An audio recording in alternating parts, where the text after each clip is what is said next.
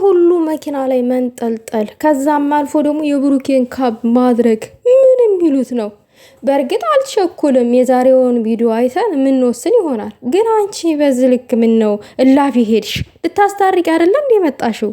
ድሮም እኮ ሴት ሾካካ ነው። የብሬ ነው ብላችሁ ቤተሰብ ሴት ሾካካ ናት። ይሄ ወንድን ለማባበል ለራሷ ለማድረግ ምናምን ነገር እንደዚች አይነቷን ሲስተም ተጠቅማ ነው ስር ሰዳ ምናምን ነገር የምትገባው ማለት ነው።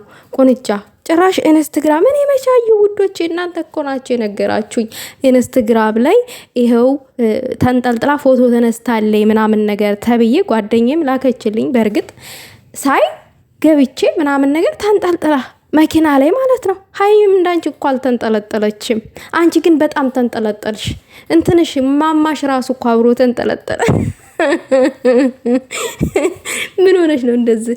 በእርግጥ ያው ወደ ድራማው ከመምጣቷ በፊት የተነሳችው ፎቶም ሊሆን ይችላል፣ አይታወቅም። እንግዲህ ሴፍ አድርጋ ስልኳ ላይ እኛን ለማቃጠል ያደረገችው ነገር ነው። እንደዛ አይነት ተንከሲስ ባህሪ አንዳንድ ሴቶች ያለ ነው እነሱ ጋር ማለት ነው ነገር ግን አንቺ ሴትዮ ዝም ብለሽ በገባሽበት በመጣሽበት እግርሽ ሁልክ ብለሽ ብትወጪ ጥሩ ነው። እግርሽን ሰብረስ ዶሮ ጠባቂ ሳናደርግሽ አርፈሽ ተቀመጭ። ዶሮ ጠባቂ መሆን አእምሮሻል መሰለኝ። እንዲህ እውነቴን ነው እኮ ትነሳ መኪና ላይ ሳይሆን አጠገቡ መሬት ራሱ ቆመሽ መነሳት በቂ ነው። ጭራሽ መኪናውን ለመስበር ነው እንዴ? ምንድነው ስበሪላቸው መኪናቸውን ምናምን ነገር ተብለሽ ነው እንዴ የተላክሽው? አልገባኝም እንዴ። አረ በስመ አብ እኔ በጣም ይገርመኛል። ሀይሚ ማታደርጋቸውን ሀይሚ ማትፈጥረውን አረካታ እናንተ መታችሁ ስትፈጥሩ በጣም ይገርመኝ። በእርግጥ የኛ ልጅ ቁስ የሚገዛት በቁሳቁስ የምትታለል ሴት አይደለችም። ልባማ ሴት ናት። ይሄ ቁሳቁስ የሚደልላት ሴት አይደለችም። ይሄ የሆነ ቦታ ይሁኝ የምትል ሴት አይደለችም። ሀይሚ እንቁ ሴት ናት። እናንተ ግን መኪና ያለው ወንድ ላይ መንጠልጠል። ይሄ መኪና የሀይሚና የብሩኬ ላብ ነው። ልንገርሽ ብዬ ነው አንቺ ደንቆሮ።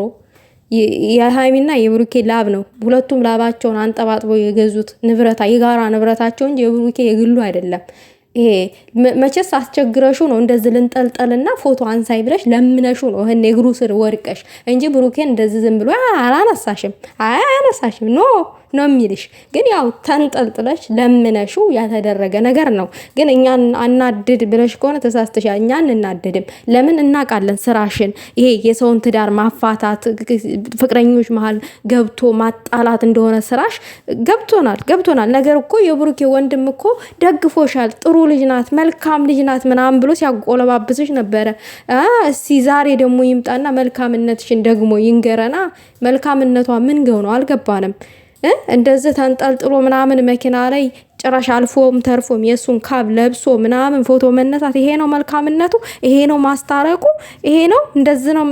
እኛ እኮ ሲጀመርም ምንም እኔ አልጣመኝም ነበረ ሲጀመር ጀምሮ ማለት ነው። ሰው ለአንድ ቀን ለማስታረቅ ተብሎ ተመጣ የዝን ያክል መንዘላዘሉ መንኳተቱ ምናምን ለምን አስፈለገ? ነገሮቹን ለማስተካከል ከሆነ የመጣሽው ለምን ውልቅ አትይም?